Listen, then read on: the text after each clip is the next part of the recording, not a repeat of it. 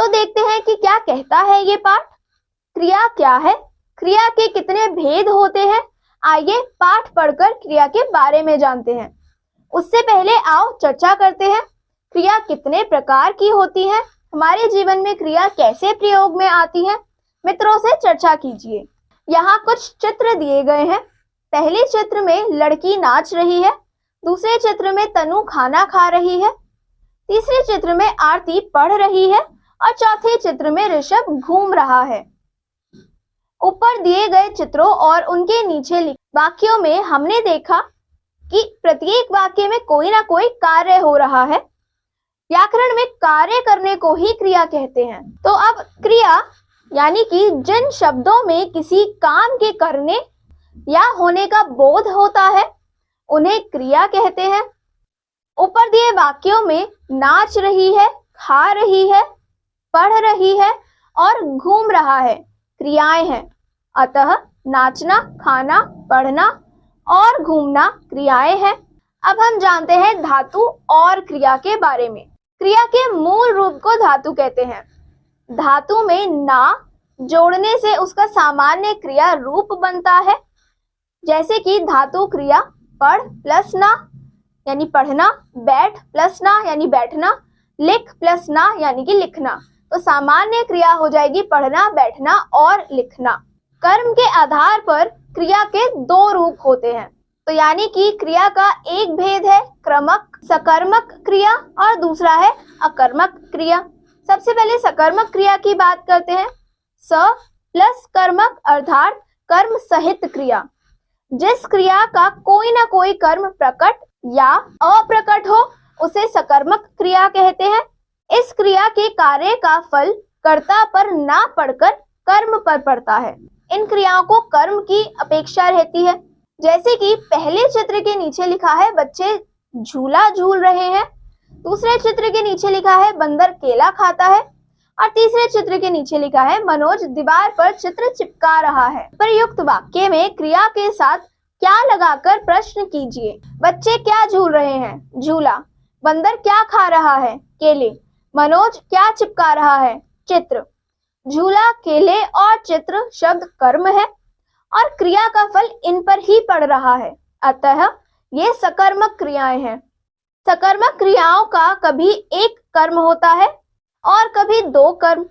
इस आधार पर सकर्मक क्रियाएं दो प्रकार की होती हैं। पहला है एक कर्मक क्रिया और दूसरा है द्विकर्मक क्रिया। एक कर्मक क्रिया यानी कि जिन वाक्यों में क्रिया का एक कर्म होता है उसे एक कर्मक क्रिया कहते हैं। पहले चित्र के नीचे मृणाल रंगोली बना रही है और दूसरे चित्र के नीचे लिखा है तुषार लूडो खेल रहा है। इन वाक्यों में रंगोली और लूडो केवल एक कर्म है। अब देखते हैं द्विकर्मक क्रिया। जिन वाक्यों में क्रिया के दो कर्म होते हैं उन्हें द्विकर्मक क्रिया कहते हैं। यहाँ पर पहले चित्र के नीचे दादी माँ बच्चों को कहानी सुना रही है और दूसरे चित्र के नीचे दुकानदार ग्राहक को सामान दे रहा है।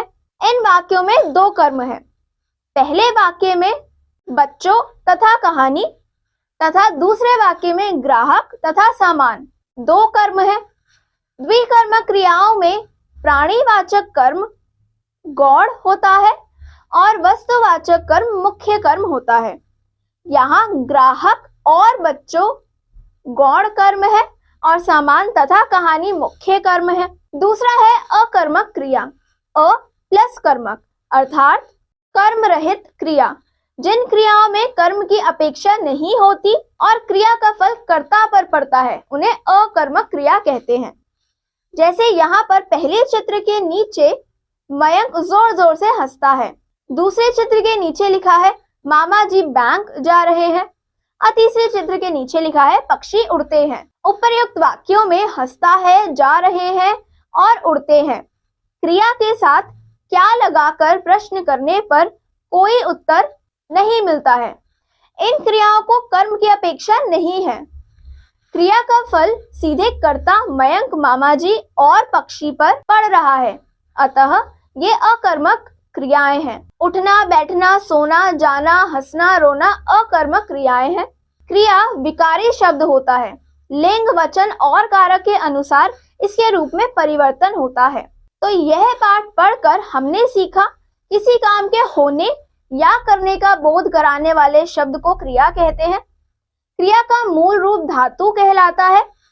कर्म के आधार पर क्रिया दो प्रकार की होती है, सकर्मक और अकर्मक। द्विकर्मक क्रियाओं में निर्जीव कर्म मुख्य होता है और सजीव कर्म गौण। क्रिया विकारी शब्द है। क्रिया वाक्य का महत्वपूर्ण अंग होता है। तो बच्चों, अब हम मिलेंगे अगली कक्षा में एक नए पाठ के साथ। तब तक के लिए धन्यवाद।